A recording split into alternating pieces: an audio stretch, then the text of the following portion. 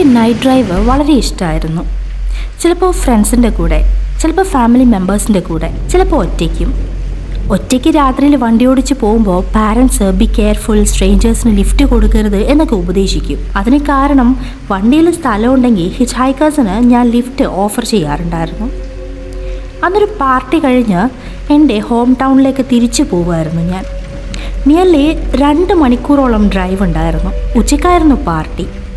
1-2 സുഹൃത്തുക്കളുടെ വീട്ടിൽ കയറി തിരിച്ച് വീട്ടിലേക്ക് പുറപ്പെടുമ്പോൾ നേരം രാത്രിയായി.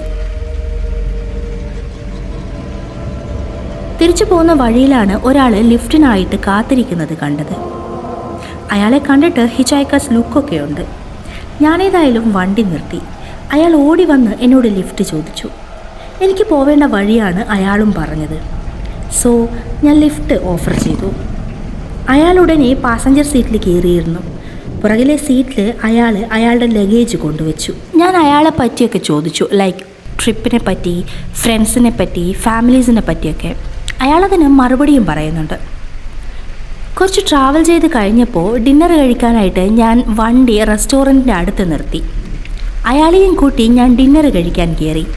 ബട്ട് ലാസ്റ്റ് 2 പേരുടെയും ബില്ല് ഞാൻ പേ ചെയ്യുന്നത് കണ്ടപ്പോൾ അയാൾക്ക് എന്തോ വല്ലാണ്ടായി.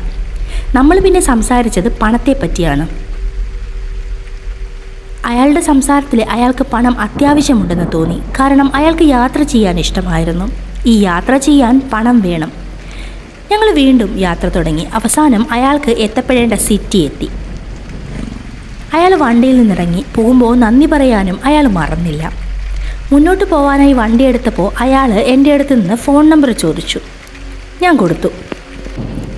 ഞാൻ തിരിച്ച് എൻ്റെ വീട്ടിലേക്ക് പോയി.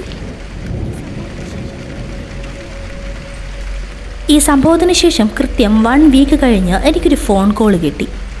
അന്ന് ലിഫ്റ്റ് കൊടുത്ത അതേ മനുഷ്യൻ എന്നോട് അയാൾ വീണ്ടും നന്ദി പറഞ്ഞാണ് സ്വയം പരിചയപ്പെടുത്തിയത്. അയാൾ എൻ്റെ വണ്ടിയിൽ കയറുമ്പോൾ വ്യക്തമായ പ്ലാൻ ഉണ്ടായിരുന്നു. എന്നെ കൊന്ന് വണ്ടിയിലുള്ള സമ്പാദ്യമെടുത്ത് ബോഡി എവിടെയെങ്കിലും ഡംപ് ചെയ്ത് കാറെടുത്ത് രക്ഷപ്പെടാനാണ് പ്ലാൻ ചെയ്തത്. പക്ഷേ ഞാൻ ഡിന്നർ ഓഫർ ചെയ്തതും അതിൻ്റെ ക്യാഷ് പേ ചെയ്തതുമൊക്കെ കണ്ടപ്പോൾ അയാൾക്ക് എന്നെ കൊല്ലാൻ തോന്നിയില്ല. എന്നെ കൊന്ന് ബോഡി നശിപ്പിക്കാൻ ആവശ്യമായ എല്ലാ ആയുധവും അയാളുടെ കയ്യിലുണ്ടായിരുന്നു. ഇതൊക്കെയാണ് അയാൾ ഫോണിൽ പറഞ്ഞത്. മാത്രമല്ല, ഫോൺ കട്ട് ചെയ്യുന്നതിന് മുൻപ് അയാൾ ഇങ്ങനെ പറഞ്ഞു, Please, never pick up another hitchhiker. അതോടെ അയാൾ കോൾ കട്ട് ചെയ്തു. അതിനുശേഷം എനിക്ക് വന്ന നമ്പറിലേക്ക് ഞാൻ തിരിച്ചു വിളിച്ചു. പക്ഷേ അതൊരു പേ ഫോണായിരുന്നു. അതോടെ ഞാനൊരു പാഠം പഠിച്ചു. അയാളുടെ അഡ്വൈസ് പോലെ ഞാനിനി ഒരിക്കലും ഹിച്ച് ഹൈക്കേഴ്സിന് ലിഫ്റ്റ് ഓഫർ ചെയ്യില്ല.